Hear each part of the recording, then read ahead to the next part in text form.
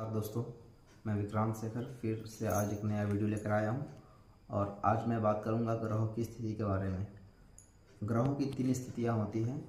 एक होती है अति, दूसरा होता है मिति और तीसरा होता है क्षति। अति का मतलब होता है जब कोई भी ग्रह बहुत अधिक अवस्था में मजबूत हो जाए, उसको अति बोलते हैं। और जो मिति का मतलब होता है जो परफेक्ट कंडीशन, यानी ग्रह की स्थिति जो है वह बिल्कुल सही है, उसको मिति बोलते हैं। और क्षति का मतलब होता है कि ग्रह जो है वह ज़रूरत से ज़्यादा कमज़ोर है। तो ग्रहों में अति का होना और क्षति का होना वह अच्छा नहीं माना गया है। मिति का कंडीशन का होना बहुत ज़रूरी है। मीन्स ग्रह की स्थिति मिति में होनी चाहिए। आइए दोस्तों, हम जानते हैं ग्रहों की स्थितियाँ कैसे जानें। दोस्तों, ये शुक्र ग्रह है। तो शुक्र ग्रह का जो है स्वाभाविक मूल यह थोड़ा सा उभड़ा हुआ होता है। तो आपको इसको ध्यान से देखना होगा कि ये जो माउंट है, शुक्र माउंट, ये इसमें उभाड़ अगर बहुत ज़्यादा है, बहुत उठा सा है पर्वत, तो इसका मतलब ये अति के कंडीशन में है, मीन्स बहुत ज़्यादा है। तो इसके जो प्रभाव होंगे वो मैं नेक्स्ट वीडियो में बताऊंगा कि किस ग्रह के अति के प्रभाव से क्या होगा, क्षति से क्या होगा और मिति से क्या होगा।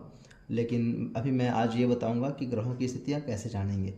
तो शुक्र अगर बहुत ज़्यादा उभड़ा हो तो इसको हम अति में मानते हैं, और अगर थोड़ा उभाड़ हो और यहाँ समतल हो तो उसको मिति बोलते हैं। और अगर ये ज़रूरत से ज़्यादा धंसा हुआ दिखे तो फिर ये क्षति में आ जाएगा। इसी तरह से गुरु का भी, अगर गुरु का पर्वत स्वाभाविक रूप से अगर उठा हुआ हो तो यह भी बहुत ज़्यादा उठा हुआ, बहुत ऊंचाई या शुक्र के समानांतर हो तो फिर इस कंडीशन में यह अति हो जाता है। लेकिन शुक्र से थोड़ा सा नीचे हो तो ये फिर मिति होगा। और अगर ये धंसा हुआ पार्ट हो, ये ज़रूरत से ज़्यादा नीचे हो, तो फिर ये क्षति के उसमें आ जाएगा, कंडीशन में। और शनि का मूल स्वभाव जो होता है वो थोड़ा सा दबा हुआ होता ही है। तो शनि का, जैसे आप इस हाथ को देख पा रहे हैं, इसमें शनि की स्थिति बिल्कुल मिति में है, मीन्स परफेक्ट है। और अगर ये बहुत ज़्यादा उभाड़ हो या फिर गुरु पर्वत के समानांतर हो तो फिर ये अति में आ जाएगा। और अगर ये ज़रूरत से ज़्यादा नीचे धंसा हुआ हो, आपको गड्ढा जैसा दिखाई दे, तो ये क्षति हो गया। इसी तरह से सूर्य पर्वत को देखेंगे, अगर ये भी सबसे ज़्यादा उभाड़ होगा तो अति हो गया।